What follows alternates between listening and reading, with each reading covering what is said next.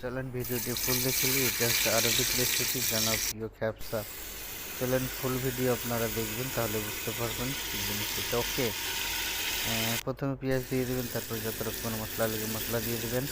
মশলা দেওয়ার পরে কষে নেবেন ভালো করে। তারপরে চিকেন আপনারা চিকেন দিয়ে দেবেন। চিকেন দেওয়ার পরে ভালো করে হালকা কষে নেবেন যাতে গন্ধটা চলে যায়। গন্ধ চলে যাওয়ার পরে হালকা পানি, যতটুকু পরিমাণে পানি লাগে সে পরিমাণে পানি দিয়ে দেবেন।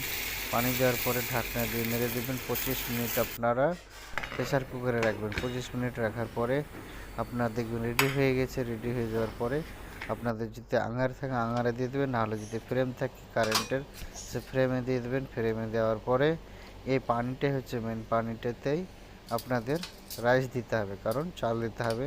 চাল দিয়ে দেবেন, দেখবেন এই পানিতেই আপনার খ্যাপসা তৈরি হবে।